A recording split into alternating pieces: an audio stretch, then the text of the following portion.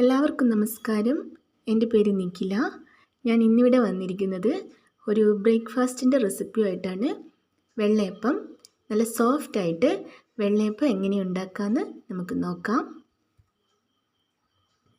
അതിനായി ഞാൻ 2 ഗ്ലാസ് പച്ചരി ഒരു 4 മണിക്കൂർ കുതിർത്തെടുത്തതാണിത്. കഴുകി വൃത്തിയാക്കിയിട്ട് കുതിർത്തെടുത്തിട്ടുള്ളതാണ്. 4 മണിക്കൂർ ആയിട്ടുണ്ട്. ഇനി വേണ്ടത് ഇതൊരു മിക്സിയുടെ ജാറിലേക്ക് ഇട്ട് കൊടുക്കണം. ഞാനൊരു മിക്സിയുടെ ജാർ എടുത്തിട്ടുണ്ട്. അതിലേക്ക് നമുക്ക് അരി ഇട്ട് കൊടുക്കാം.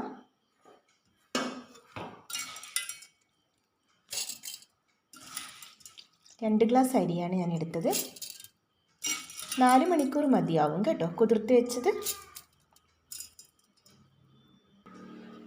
2 ഗ്ലാസ് അരിക്ക് 1 ഗ്ലാസ് തേങ്ങ, അതാണ് അതിൻ്റെ അളവ്. ഞാൻ 1 ഗ്ലാസ് തേങ്ങ എടുത്തിട്ടുണ്ട്. അത് ഇതിലേക്ക് ഇട്ട് കൊടുക്കാം. പിന്നെ 1/2 ഗ്ലാസ് ചോറ് വേണം. 2 ഗ്ലാസ് അരിക്ക് 1 ഗ്ലാസ് തേങ്ങ, 1/2 ഗ്ലാസ് ചോറ്, അതിട്ട് കൊടുക്കാം. ഇനി ചേർത്ത് കൊടുക്കേണ്ടത് നമുക്ക് മധുരത്തിന് ആവശ്യമായ പഞ്ചസാരയാണ്. ഞാൻ 1 ടേബിൾ സ്പൂൺ പഞ്ചസാര ചേർത്ത് കൊടുക്കുന്നുണ്ട്.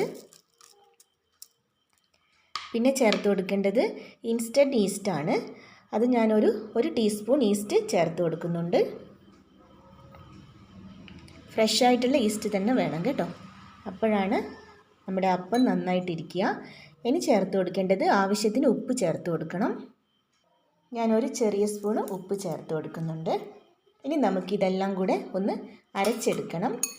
വളരെ കുറച്ച് മാത്രം വെള്ളം ചേർത്തിട്ട് അരക്കണം കേട്ടോ. വെള്ളം ചേർത്ത് കൊടുക്കാം. ഒരു ചെറിയ ഗ്ലാസ് വെള്ളം ഞാൻ ചേർത്ത് കൊടുക്കുന്നുണ്ട്. വെള്ളം കൂടുതലായി പോകരുത്. ഒരിക്കൽ അരച്ചെടുത്തിട്ട് നോക്കിയിട്ട് വീണ്ടും വെള്ളം ചേർക്കുക കേട്ടോ.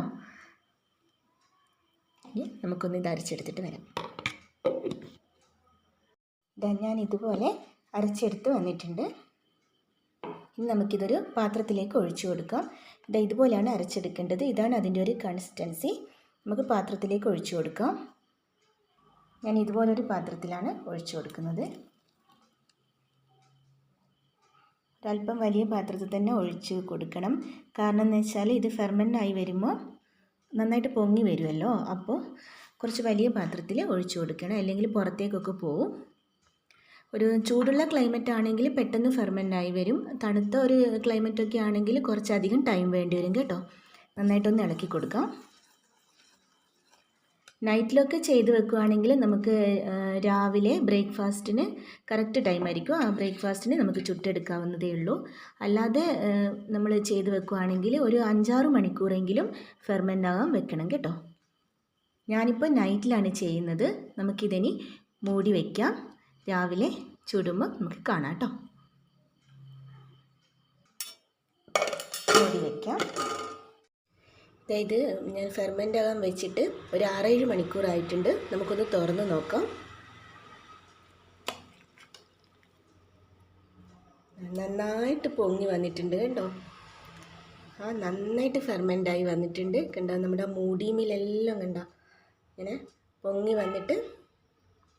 ഇതെനി നല്ല രീതിയിലൊന്നും ഇളക്കി കൊടുക്കാൻ പാടില്ല കേട്ടോ. കണ്ടോ,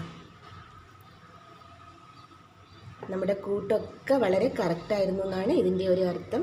കണ്ടോ, നന്നായിട്ട് ഫെർമെൻ്റായി വന്നിട്ടുണ്ട് കേട്ടോ. ഇനി നമുക്ക് ഉപ്പൊന്ന് നോക്കി കൊടുക്കണം. ഉപ്പ് നോക്കിയിട്ട് നമുക്കിതൊന്ന് ചുട്ടെടുക്കാൻ.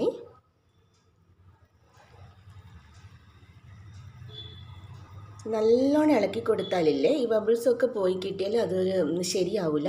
നമ്മളൊന്ന് പതുക്കെ ഇങ്ങനെ ആക്കി കൊടുക്കുകയും ചെയ്യാവൂ. ഈ ഒരു ഇങ്ങനെ തന്നെ വേണം ഒഴിച്ചിട്ട് ചുട്ടെടുക്കാൻ കേട്ടോ. അപ്പോഴാണ് നല്ല സോഫ്റ്റ് അപ്പം നമുക്ക് കിട്ടുക. നമുക്കിനിത് ചുട്ടെടുക്കാം. ഞാൻ ഉപ്പ് നോക്കിയപ്പോൾ കറക്റ്റായിരുന്നു കേട്ടോ. ഇനി നമുക്കിത് ചുട്ടെടുക്കാം.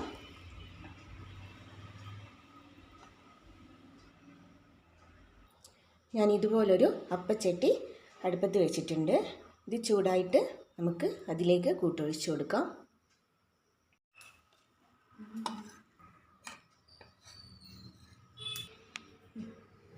നമുക്കിനി കൂട്ടൊഴിച്ച് കൊടുക്കാം.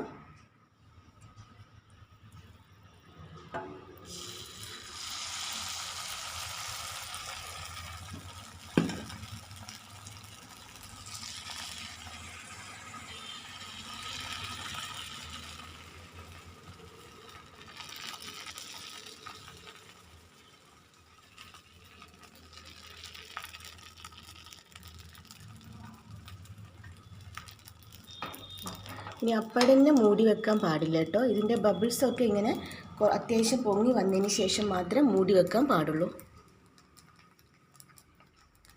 കണ്ടോ, ഇങ്ങനെ കുഞ്ഞു കുഞ്ഞു ഓട്ടകളായിട്ട് ഇങ്ങനെ വരും.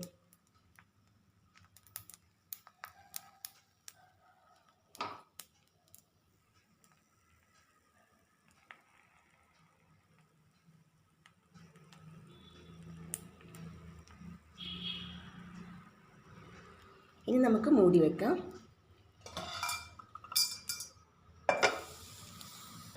തീ ഒരു മീഡിയം ഫ്ലെയിമിൽ വെക്കണം കേട്ടോ, അല്ലെങ്കിൽ കരിഞ്ഞു പോവും. മീഡിയം ഫ്ലെയിമിൽ ഇട്ടിട്ട് വേണം ചുട്ടെടുക്കാൻ.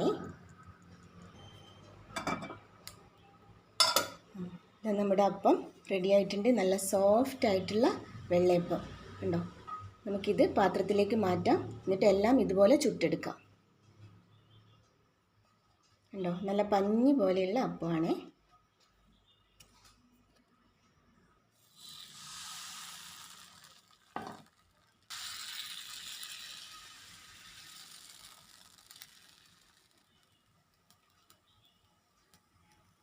എല്ലാം നമുക്ക് ഇതുപോലെ ചുട്ടെടുക്കാം. ഇനി മൂടി വെക്കാം.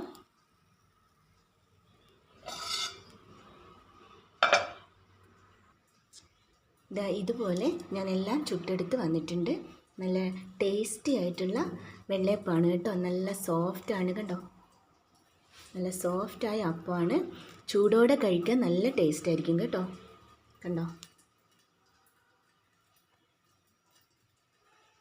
നല്ലൊരു ചൂട് കടലക്കറിയും കൂടി ഉണ്ടെങ്കിൽ, ഇതുപോലൊരു കറിയും കൂടി ഉണ്ടെങ്കിൽ നല്ല അടിപൊളിയായിട്ട് നമുക്ക് കഴിക്കാൻ പറ്റും. നല്ല ടേസ്റ്റ് ആയിരിക്കും. ഏത് കറിയുടെ കൂടെ വേണമെങ്കിലും കഴിക്കാം കേട്ടോ. കടലക്കറിയുടെ കൂടെ ഏത് കറിയുടെ കൂടെ വേണമെങ്കിലും കഴിക്കാം. എല്ലാവരും ട്രൈ ചെയ്ത് നോക്കണം കേട്ടോ.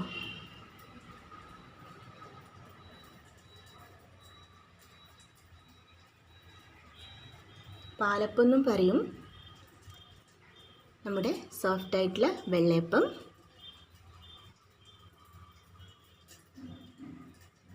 Thanks for watching.